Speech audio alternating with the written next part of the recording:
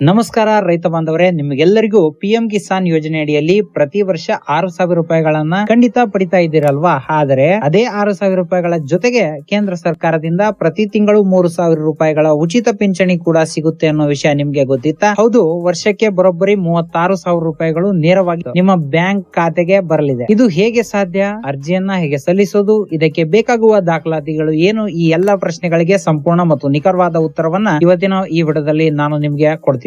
ವಿಡಿಯೋದ ಕೊನೆಯಲ್ಲಿ ನಿಮ್ಗೆ ಸ್ವಂತ ಮೊಬೈಲ್ ನ ಮೂಲಕ ಅರ್ಜಿ ಹಾಕಬಹುದು ಅನ್ನೋದನ್ನ ಕೂಡ ತೋರಿಸ್ತೀನಿ. ಹಾಗಾಗಿ ವಿಡಿಯೋನ ಎಲ್ಲಿಯೂ ಸ್ಕಿಪ್ ಮಾಡದೆ ಕೊನೆಯವರೆಗೆ ನೋಡಿ. ಸ್ವಾಗತ ನಮ್ಮ ನಿಮ್ಮೆಲ್ಲರ ನೆಚ್ಚಿನ ರವಿ ಮೀಡಿಯಾ ಚಾನೆಲ್ ಗೆ ಸ್ವಾಗತ. ನೀವಿನ್ನೂ ನಮ್ಮ ಚಾನೆಲ್ ನ ಸಬ್ಸ್ಕ್ರೈಬ್ ಮಾಡಿಲ್ಲ ಅಂದ್ರೆ ಈಗಲೇ ವಿಡಿಯೋಗೆ ಒಂದು ಲೈಕ್ ಮಾಡಿ, ಚಾನೆಲ್ ನ ಸಬ್ಸ್ಕ್ರೈಬ್ ಮಾಡಿ, ಹಾಗೆ ಪಕ್ಕದಲ್ಲೇ ಬರುವಂತ ಬೆಲ್ ಐಕನ್ ನ ಕ್ಲಿಕ್ ಮಾಡಿ ಅಂತ ಹೇಳ್ತಾ ಬನ್ನಿ ಈಗ ಶುರು ಮಾಡೋಣ. ಸ್ನೇಹಿತರೆ, ಕೃಷಿ ಅನ್ನೋದು ಮೈ ಮುರಿದು ದುಡಿಯುವ ಕೆಲಸ. ನಮ್ಮ ಮೈಯಲ್ಲಿ ಶಕ್ತಿ ಇರುವವರೆಗೂ, ಅಂದರೆ ಯೌವನದಲ್ಲಿ ನಾವು ಕಷ್ಟಪಟ್ಟು ದುಡಿಯುತ್ತೇವೆ. ಆದ್ರೆ 60 ವರ್ಷ ದಾಟಿದ ಮೇಲೆ ದೇಹದಲ್ಲಿ ಮೊದಲಿನ ಶಕ್ತಿ ಇರಲ್ಲ. ಕೃಷಿ ಕೆಲಸ ಮಾಡಲು ನಷ್ಟವಾಗುತ್ತೆ. ಆಗ ನಮ್ಮ ಆದಾಯವೂ ನಿಂತು ಹೋಗುತ್ತೆ. ಆ ವಯಸ್ಸಿನಲ್ಲಿ ಬೇರೆಯವರು ಮುಂದೆ ಕೈ ಒಡ್ಡುವ ಪರಿಸ್ಥಿತಿ ಬರಬಹುದು. ಇದನ್ನ ಮನಗೊಂಡು ಕೇಂದ್ರ ಸರ್ಕಾರವು ರೈತರಿಗಾಗಿ ವಿಶೇಷವಾಗಿ ತಂದಿರುವ ಸಂಜೀವಿನಿ ಯೋಜನೆಯೇ ಪ್ರಧಾನ ಮಂತ್ರಿ ಕಿಸಾನ್ ಮಾನಧನ್ ಯೋಜನೆ. ಇದೊಂದು ಸ್ವಯಂ ಪ್ರೇರಿತ ಪಿಂಚಣಿ ಯೋಜನೆಯಾಗಿದ್ದು, ನಿಮಗೆ 60 ವರ್ಷ ತುಂಬಿದ ದಿನದಿಂದ ನೀವು ಬದುಕಿರುವವರೆಗೂ ಪ್ರತಿ ತಿಂಗಳು 3,000 ರೂಪಾಯಿಗಳ ಪಿಂಚಣಿ ಗ್ಯಾರಂಟಿಯಾಗಿ ಸಿಗತ್ತೆ. ಈ ವಿಷಯದ ಒಳಗೆ ಹೋಗುವ ಮುನ್ನ ನನಗೊಂದು ಸಣ್ಣ ಪ್ರಶ್ನೆ. ನೀವು ಪ್ರಸ್ತುತ ಪಿಎಂ ಕಿಸಾನ್ ಯೋಜನೆಯ 6,000 ರೂಪಾಯಿಯನ್ನ ಪಡಿತಿದ್ದೀರಾ? ವಿಡಿಯೋನ ಪಾಸ್ ಮಾಡಿ ಹೌದು ಅಥವಾ ಇಲ್ಲ ಅಂತ ವಿಡಿಯೋದ ಕಮೆಂಟ್ ಬಾಕ್ಸ್ ನಲ್ಲಿ ತಿಳಿಸಿ. ನಿಮ್ಗೇನಾದ್ರೂ ಈಗ ಕಿಸಾನ್ ಯೋಜನೆ ಅಡಿಯಲ್ಲಿ 6,000 ರೂಪಾಯಿ ಸಿಗ್ತಿದೆ ಇಲ್ಲ ಅನ್ನೋದನ್ನ. ಈಗ ಈ ಯೋಜನೆ ಯಾರೆಲ್ಲ ಸೇರಬಹುದು ಅಂತ ನೋಡೋದಾದ್ರೆ, ಮೊದಲನೇದಾಗಿ ನೀವು ಕಡ್ಡಾಯವಾಗಿ ರೈತರಾಗಿರ್ಬೇಕಾಗತ್ತೆ. ಹಾಗೆ ವಯೋಮಿತಿ ಏನಪ್ಪಾ ಅಂದ್ರೆ, ನಿಮ್ಮ ವಯಸ್ಸು 18 ವರ್ಷದಿಂದ 40 ವರ್ಷದ ಒಳಗಿರ್ಬೇಕು. ಅಂದ್ರೆ 40 ವರ್ಷ ದಾಟಿದವರಿಗೆ ಈ ಯೋಜನೆ ಇಲ್ಲ. ನೀವು ಸಣ್ಣ ಅಥವಾ ಅತಿ ಸಣ್ಣ ರೈತರಾಗಿರ್ಬೇಕು. ಅಂದ್ರೆ ನಿಮ್ಮ ಹೆಸರಿನಲ್ಲಿ 5 ಎಕರೆಗಿಂತ ಕಡಿಮೆ ಭೂಮಿ ಇರ್ಬೇಕಾಗತ್ತೆ. ಈಗ ಮುಖ್ಯವಾದ ವಿಚಾರ ಏನಪ್ಪಾ ಅಂದ್ರೆ, ನಾವು ಎಷ್ಟು ಹಣನ ಕಟ್ಟಬೇಕು ಅನ್ನೋದು ಪ್ರಶ್ನೆ ನಿಮ್ಗಿರುತ್ತೆ. ಈ ಯೋಜನೆಯ ಅತಿ ದೊಡ್ಡ ವಿಶೇಷತೆ ಅಂದ್ರೆ, ಇದರಲ್ಲಿ ಕೇವಲ ರೈತರು ಮಾತ್ರ ಹಣ ಕಟ್ಟಬೇಕಿಲ್ಲ.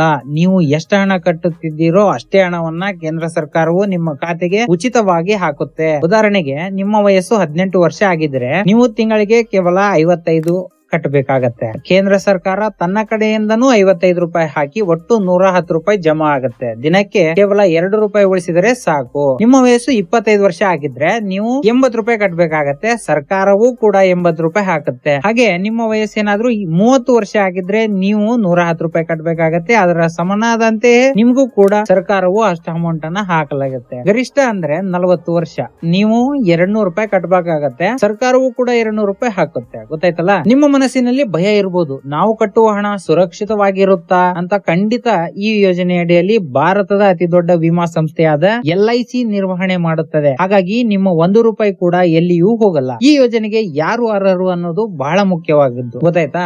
ಇಷ್ಟೆಲ್ಲಾ ಮಾಹಿತಿ ನಿಮ್ಗೆ ಏನಾದ್ರೂ ಕಂಪ್ಲೀಟ್ ಆಗಿ ಅರ್ಥ ಆದ್ರೆ, ಅರ್ಹರಾದ್ರೆ ನೀವು ಮಾಡಬಹುದಾಗಿರುತ್ತೆ. ಈಗ ಯಾರು ಅರ್ಹರಲ್ಲ ಅನ್ನೋದಾದ್ರೆ, ಆದಾಯ ತೆರಿಗೆ ಕಟ್ಟುವವರು, ಸರ್ಕಾರಿ ನೌಕರರು, ಈಗಾಗಲೇ EPF, ESI ಅಥವಾ NPS ನಂತಹ ಬೇರೆ ಪಿಂಚಣಿ ಯೋಜನೆಗಳಲ್ಲಿ ಇರುವವರಿಗೆ ಇದೊಂದು ಮಾನದಂಡ ಬರುವುದಿಲ್ಲ. ಗೊತ್ತಾಯ್ತಾ ಸ್ನೇಹಿತರೆ?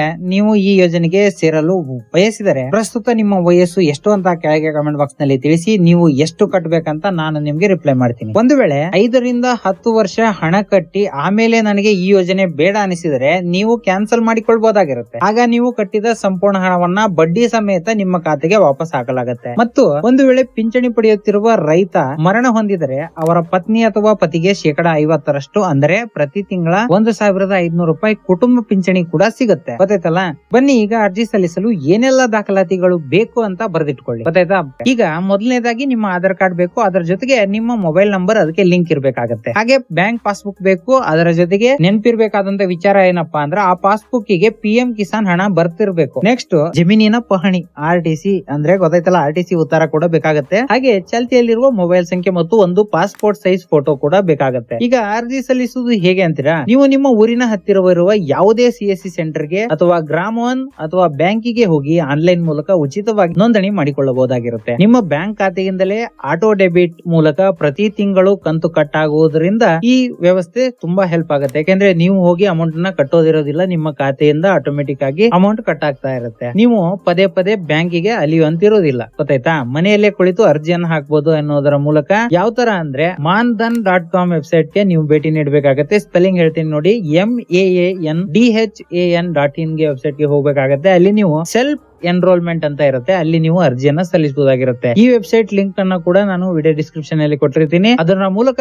ನೀವು ಅರ್ಜಿಯನ್ನ ಸಲ್ಲಿಸಬಹುದಾಗಿರುತ್ತೆ. ನೋಡಿದ್ರಲ್ಲ ರೈತ ಬಂದವರೇ, ಮುಪ್ಪಿನ ಕಾಲದಲ್ಲಿ ಯಾರಿಗೂ ಹೊರೆಯಾಗದೆ ಸ್ವಾಭಿಮಾನದಿಂದ ಬದುಕಲು ಇದೊಂದು ಅತ್ಯುತ್ತಮವಾದ ಯೋಜನೆ. ನಾನು ಕೇಳಿಕೊಳ್ಳುವುದು ಇಷ್ಟೇ, ನಿಮ್ಮ ವಯಸ್ಸು 40 ಒಳಗೆ ಇದ್ದರೆ ದಯವಿಟ್ಟು ಹಿಂದೆ ಹೋಗಿ ಈ ಯೋಜನೆಗೆ ಅರ್ಜಿಯನ್ನ ಸಲ್ಲಿಸಿರಿ. ಈ ಮಾಹಿತಿ ನಿಮ್ಗೆ ಸ್ವಲ್ಪವಾದ್ರೂ ಉಪಯುಕ್ತ ಅನಿಸಿದ್ರೆ ಈ ವಿಡಿಯೋಗೆ ಈ ಕೂಡಲೇ ಒಂದು ಲೈಕ್ ನ ಮಾಡಿ, ಕರ್ನಾಟಕದ ಪ್ರತಿಯೊಬ್ಬ ರೈತರಿಗೂ ಈ ಮಾಹಿತಿಯನ್ನ ತಲುಪುವಂತೆ ಮಾಡಿ ಅಂತ ಹೇಳ್ತಾ, ನಿಮ್ಮ ಊರಿನ ಮತ್ತು ನಿಮ್ಮ ಸ್ನೇಹಿತರ ಎಲ್ಲ ವಾಟ್ಸ್ಆಪ್ ಗ್ರೂಪ್ ಗಳಲ್ಲಿ ಈ ಒಂದು ವಿಡಿಯೋನ ಶೇರ್ ಮಾಡಿ, ಅವರಿಗೂ ಕೂಡ ಸಹಾಯ ಮಾಡಿ. ಕೃಷಿ ತಂತ್ರಜ್ಞಾನ ಮತ್ತು ಸರ್ಕಾರಿ ಯೋಜನೆಗಳ ಕುರಿತಾಗಿ ನಿಖರ ಹಾಗೂ ವಿಶ್ವಾರ್ಹ ಮಾಹಿತಿಗಾಗಿ ನಮ್ಮ ರವಿ ಮೀಡಿಯಾ ಚಾನೆಲ್ ನ ಈಗಲೇ ಸಬ್ಸ್ಕ್ರೈಬ್ ಮಾಡಿಕೊಳ್ಳಿ. ಸಿಗೋಣ ಮುಂದಿನ ವಿಡಿಯೋದಲ್ಲಿ ಮತ್ತೊಂದು ಉಪಯುಕ್ತ ಮಾಹಿತಿಯೊಂದಿಗೆ. ನಿಮ್ಗೇನಾದ್ರೂ ಈ ವಿಡಿಯೋದಲ್ಲಿ ಅರ್ಜಿಯನ್ನ ಸಲ್ಲಿಸುವುದು ಹೇಗೆ ಅಂತ ಗೊತ್ತಾಗ್ಲಿಲ್ಲಪ್ಪ ಅಂದ್ರೆ, ನೀವು ಕೆಳಗಡೆ ಅರ್ಜಿಯನ್ನ ಹೇಗೆ ಸಲ್ಲಿಸಬೇಕಂತ ಕೇಳಿದ್ರೆ ನಾನು ನೆಕ್ಸ್ಟ್ ವಿಡಿಯೋದಲ್ಲಿ ಅರ್ಜಿಯನ್ನ ಲೈವ್ ಆಗಿ ತೋರಿಸ್ತೀನಿ ಹೇಗೆ ಅಪ್ಲೈ ಮಾಡೋದು ಅಂತ. ಅಲ್ಲಿವರೆಗೂ ನಮಸ್ಕಾರ.